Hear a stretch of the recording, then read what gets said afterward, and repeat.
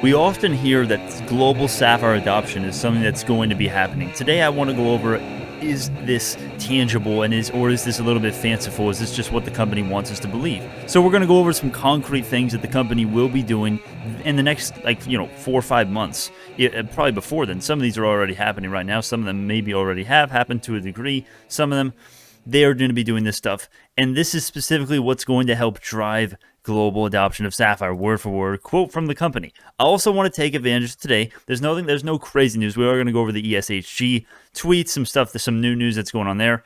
But I want to go over the EPS. And I know it's like Brandon again, the earnings report again. How many times are you going to say this? I'm going to say it a lot, man, because the earnings report, I'm telling you, is the most important thing. It's probably the most important thing when you're looking at a company from in a fundamental perspective, or is it overvalued? This is, or undervalued, or is it a good buy? Is it fair value?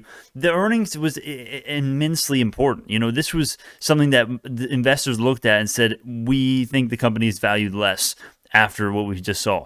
And I want to make the case that that's just retarded. There's no other way to say it. It's a 1 cent miss, and there's a big reason for that, and it's called this right here. It's repayment of debt. And to my understanding, this is the primary reason why the EPS was bad, because this does not help our net income on the quarter. This hurts our net income in a big way. But it helps the company in a big way. And this, if we would not have paid off the $17 million in debt, EPS would have looked a lot differently. So we're going to go over that today, along with some of the tweets here, the more interesting ones. There's a couple interesting ones here. They've been tweeting. We have the ESHG event happening right now. So, and then we're also going to do some technical analysis of what I see happening for the next week. So starting off with what we're going to be doing the rest of the year to drive Saphyr adoption. So you can see there's our milestones right there. We got one for quarter 3. The rest of them are quarter 4. I also just want to add in here, if we zoom in, I would just want to add in, let's do some bad handwriting here. So 2023, I'm going to add in 2 things.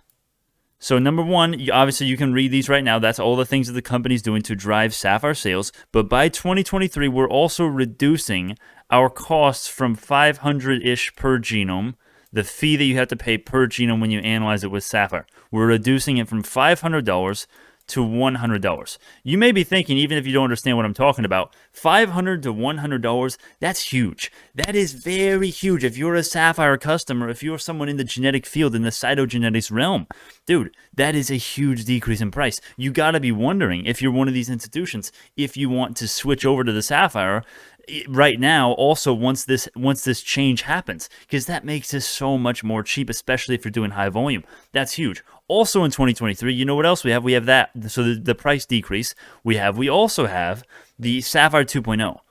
Saphyr 2.0 is coming out at the end of 2023 latest, right? It's actually coming out in quarter 1 or quarter 3. I forget off the top of my head. Anyways, these are huge catalysts, man. This is why the Bionanians are so confident in the Saphyr getting so many sales. The company is super confident in what they're doing. They give us optimistic statements all the time, like this right here: global adoption of Saphyr. Not initiatives to help drive global adoption, initiatives to drive global adoption of Saphyr. That's beautiful. Also, the company, the Saphyr specs, we already know it's better than everything else in the world. And then you also factor in all of this stuff. Quarter 3, this quarter that we're in, right freaking now. Commercial release of prenatal assays and expansion of the menu of pediatric assays. Beautiful. Quarter 4, interim publication of results from pediatric clinical study. This is good stuff, man. LDTs, the development and validation of these is literally one of the big ways that we bypass the FDA approval dilemma. I'm telling you, this is how we get the sales. I know people don't want to hear me rant about the sales, maybe. Some people probably are like, Brandon, I don't care about the sales. Just make the damn stock go up. Win Moon. Brandon, come on, let's go. What are you doing? All right, what I'll say is that I can't really affect the stock price, but what I'll tell you is that when I look at this stock from a financial perspective, from a sale perspective, and how much money we're bringing in, yes, we have a high-priced earnings, but guess what? Some of the future growth is priced in. If the company executes, I think we're going to perform stock price-wise. I think there's a 100% chance of that. The only thing is we have to get sales, and these things make it auspicious for that to happen. In the market, let me explain something to you. You don't know the future. What we do know is that the company's doing all of these things that is probably going to help sales. Sales are probably going to increase. If the sales increase, we know based on the business model of Bionano, we're probably going to be profitable. And this isn't just because of the business model, but we know if we look at the data and the numbers, Likely profitability 2023, maybe 2024, right? Maybe. Okay. We could even be profitable next year, Q4. Okay, I swear, I'm serious. It all depends on how many Saphyrs installed that we get. It doesn't matter if they're rentals or capital purchases. We need a ton of consumables. This is what it's going to be: 13 million in 2021, 30 million next year, 58 million the year after that. That's how we become profitable, man. The expenses are not going to be insane. Okay, people are worried because of last quarter two, we had horrible expenses. That was because of this, and we're going to go over that in a second, right? We had 17 million. We paid off. We used $17 million of our cash to go get rid of some debt. That is counted in the freaking expenses, man. That doesn't just disappear on the total expenses. No, it's there. All right. So this is why, and the CFO himself says we're only going to have 20 to 40% operating expenses over the next few years. Anyways, back to what I was saying. The sales are looking good. The sales is what's going to drive the business forward and the stock price forward. In my opinion, make your own opinion, do your own damn research. But look at this. This is simple. Initial prototype of next generation high throughput Saphyr, Q4 this year. And then reach install base of 150 systems to achieve a 50% increase year over year. Beautiful. Absolutely beautiful. So those are some things that the company itself are doing to increase global, and not to increase, to straight up, quote, word for word, drive global Saphyr adoption.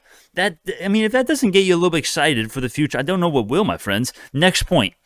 EPS. All right, so we obviously got negative 6 cents. We're in the hole 6 cents on the quarter. Our estimated was 5 cents in the hole. We missed it by 1. Think about this for a second. We missed it by 1 cent. We got a revenue beat. Remember, everybody, we got a big revenue beat. It was 226% on the year. Up 226% year over year, 3.9 million on the quarter for Q2, the highest revenue amount for any Q2 in the history of the company. And what does this stock do? What do investors do? They look at the EPS and they're like, "Oh no, that's bad. Let's go down. That's more important than revenue." You have to understand everything. And if we do this, let's go over here. This is Investopedia, right? This is essentially the most reliable source you can get. Okay, and it's no secret that EPS is calculated with net income being like one of the most vital things to it. You do EPS equals net income minus preferred dividends. Okay, we don't worry about the dividends. Okay, don't confuse it. It's net income divided by outstanding shares. That's what it is. And our net income on the quarter was not good. Our net income we lost about, actually, off the top of my head, if I remember correctly, it's about 30 million on the quarter. We lost about 30 million to 32, 33 million dollars on the quarter. That is largely because literally half of that was this right here, repayment of debt. Let me scroll up here so you know it's Bionano, right? I'm not just going to some other company making it up. BNGO, Yahoo Finance, good, reliable source. When it comes to this, $17 million in repayment of debt. That's as simple as it gets, and that's for that's for Q2 2021 quarterly, right there. Boom. So there you have it. That is what. And people look at this and they're like, no, we don't care about that. We don't care that the gross margins were increased. We don't care that a lot of the operating expense increases was because of the 37 employees being hired and the $1.5 million one-time expense for the options that was incentivizing the employees. We don't care about that. All we care about is that the EPS was a miss. We're going to go down now. It's stupidity. I mean, I don't think you can make a coherent case for the stock going down after an earnings like we got. I don't think you can plausibly do it. It doesn't make sense. It doesn't make sense to somebody that's thinking this through with any sort of an open mind, right? I mean, you don't even have to. I mean, it's not that hard to think this through. We got a great revenue beat, which is the most important thing for a company in this stage. We barely got a miss on the expenses, and the reason was because of one-time expenses like this, like the 37 employees being. That's not a one-time expense, but it kind of is. Okay, but whatever, right? Say it's not. We had 37 people employed on the quarter, a one-time fee in the stock options, and then a $17 million one-time debt repayment. And then all of that adds up, and literally we got a revenue beat, so it wasn't even that bad. We got a 1 cent miss on the EPS, and people were like, no, this shit sucks. This company is worth nothing. And then we went down 2% after hours when we were up like 5% at the start of the earnings call. I mean, that's appalling right there. And I really hope that investors are going to rectify this in the next, and hopefully they will rectify this. And if they don't, if people don't do their research and they just whatever, and Bionano keeps moving exactly with high growth, hey, at the end of the day, it just gives the people who actually are paying attention and analyzing what we're seeing here and reading everything and going and doing the freaking research, it allows those people to get more shares and make more money once the market actually will start pricing in what happens. Because guess what? Just because we went down after earnings and it was a good earnings report, that doesn't mean anything for the next earnings report. That doesn't mean that the next earnings report is going to be bad or something, or the next one we're going to do the same thing. No, this was a very confidence increasing earnings report. And there's no reason for us to believe that quarter 3 is going badly or quarter 4 is going badly. There's no reason for that. There's reason to believe quarter 3 is going well. So with that being said, I would just say that the earnings report was pretty kick-ass, and I think people are stupid.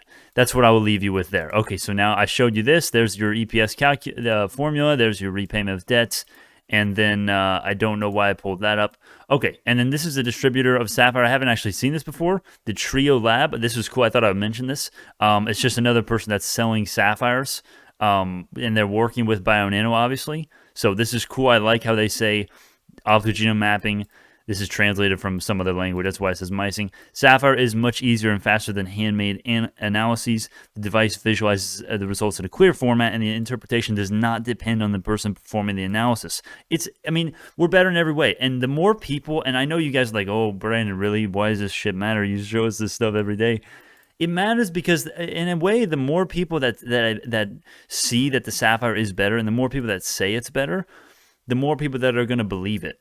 Right, because if you're a lab that doesn't want to switch to Saphyr because you don't think it's proven that it really does what it claims to do, right? Allegedly, it's great. Why would I believe that, right? There's new technology every day. I don't switch every day, do I?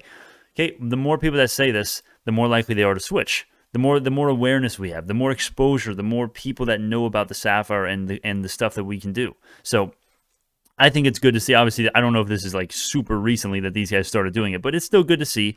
Now, from the technical analysis perspective, right, we had the first closing above the 21-day SMA for a while, and I'm feeling good, man. I'm feeling good. I really think this, hey, man, if you don't understand the risks of investing and BNGO, get the hell out of here.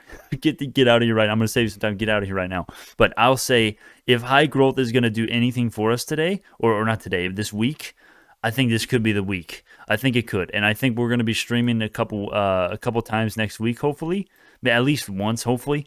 I really think right now it looks very similar to what it did right before we started going way up. This was the run that we went up 100% less than a month. Right now, I think this little green circle right here, that's where we are right now. We're breaking out above the 21-day SMA. We're having trouble. We got rejected for a couple days, and now we have a close above.